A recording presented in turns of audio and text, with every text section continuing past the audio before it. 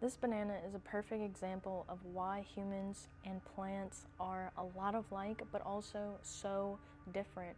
So this banana, as I passed it in my kitchen, I couldn't help but notice that it was starting to brown. It was starting to age and go through that process of oxidation. So plant cells and animal cells are a lot of similarities because plants go through a process called photosynthesis.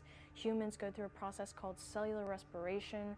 But at the end of it all, it is a process of using either carbon dioxide and spitting out oxygen, or using oxygen and spitting out carbon dioxide, and using glucose, which is the smallest amount of sugar molecule that our types of cells tend to use at the cellular level.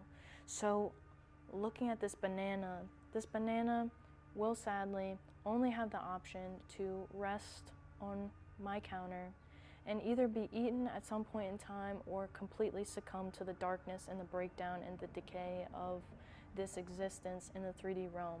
Unlike the banana, I am capable of moving my body. I'm capable of using kinetic energy, not only chemical energy, right? Because I could use chemical energy by going out in the sunlight, absorbing light into my skin, creating vitamin D, and having all these other things go on.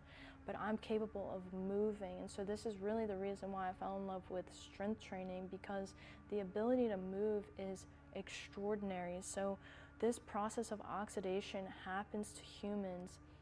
This is the aging process of humans. So one of the best things that you could look at after this video is look up a smoker's set of lungs versus someone who doesn't smoke. The difference is the color, the browning of the lungs. So the smoker's lungs are going to be more oxidized. And it was fascinating. Actually, I was interested the other day in shoulder tears because I've been hearing a lot of people having lots of shoulder tearing, and we don't look at it this way. It's incredibly normalized and it's incredibly saddening that we normalize it, but our limbs are ripping apart extremely easily. And one of the things I'm most passionate about is getting in enough amino acids to produce collagen, to enhance the joint health, to enhance the muscle health. The function of our muscles is to protect our joints and our skeletal system. The stronger that our muscles are, the better the posture we have in our body, the better our 3D vessels can hold us up. So muscles, again, if we're looking in terms of amino acids, this plant, this little fruit, this beautiful little fruit contains amino acids, but it does not have the full profile of amino acids that the human muscle has and needs. It doesn't have that dense energy requirement, all of the full complete complex of the amino acids. So if you're wanting to build muscle as a human, we have to learn how to feed properly. This includes the B vitamins mainly, but we need to just get enough material in general. So the functioning of the muscle is not only to be a battery pack for the brain, it's a battery pack for the immune system. So if they go through times of illness or stress, our body, our immune system has energy stores to pull from. So our muscle will break down. Those amino acids that we're holding will break down, because if you get sick, you normally don't want to eat. The body shuts down. It naturally says this is not a time to eat. So it will go through this internal process. What happens, our fever turns on, our energy kicks up, our immune system is there to fight. And so if you have that muscle stored on your body, this gives your immune system an advantage, your brain an advantage. And again, just looking at the lifespan, looking at the aging process, older people lose muscle significantly fast. So after the age 40, your muscle synthesizing and wasting becomes quickened because our stress response goes up and we lose a lot of muscle. So it's so important to have this muscle mass for the amino acid and feeding the brain, feeding the immune system part of the equation. But having muscle is also the greatest glucose disposal site. So it's so important to have that glucose homeostasis. We know that that is important over the course of the lifetime, but just optimal health in general. We don't want to have this constant chaos. We want to be able to be still. If we have a little bit of chaos, it's okay, but we usually want to just maintain this balance as best as we possibly can.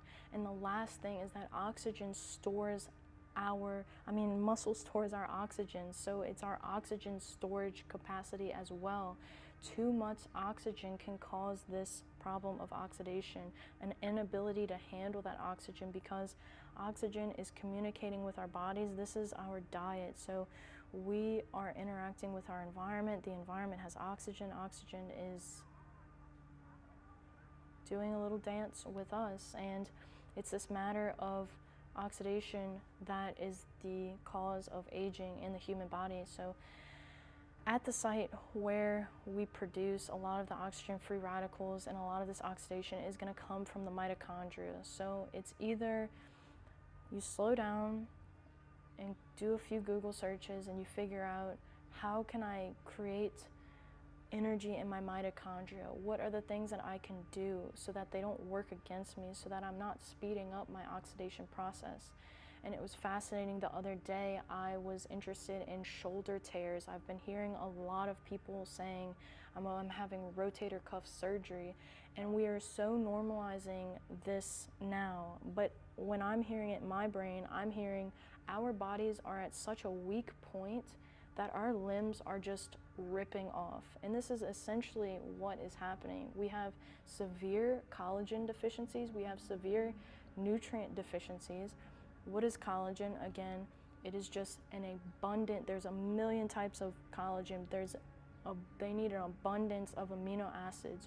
What are these amino acids? It's the alphabet for the body. It's the alphabet for our DNA. So if you are not eating your amino acids, you're not eating anything that's going to contribute to your body being strong. And all these shoulder tears. So I'm reading the article, and the article actually was, smoking is included as an increased risk for a shoulder tear. Why is it that smoking is used as an increased risk for shoulder tearing? Because smoking increases our rate of oxidation. So it's the same thing when you're looking to label, you're looking, is this food group, what is this food group gonna do for me? If I'm gonna stick to this, I'm sure that it's gonna help me in my body.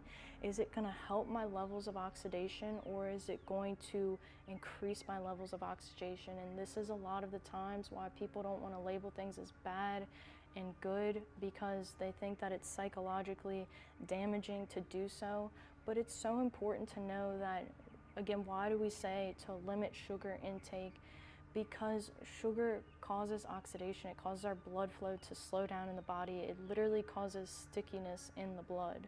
So it's so important to be aware of that. You don't have to, demonize it. I enjoy my sugar every now and then. Of course, it's good stuff that we have here. But it's important to know which foods are going to contribute to your biology, to your mitochondrial functioning, and which foods won't. And of course, your diet is dependent on your exercise. So it is so important to put on muscle health. If you're getting older, there's only so far that you can run. There's only so many ways that you can change just this diet here before your body starts to decay into the inability to move, we're losing senses, sight, smell, hearing, balance. And so it's so important that if you're older and you're watching this, you need to strengthen your body, strengthen your inner physical system, put on muscle, focus on strength training, and increase the capacity for the energy to be used in your system, because you're only going to get so far with this, even though it's so helpful to know that you're eating high quality amino acids. But anyway, that's what I was thinking about, and I just wanted to share that. So I hope that you enjoyed this video. If you did, please like, share, and subscribe. And as always, good luck.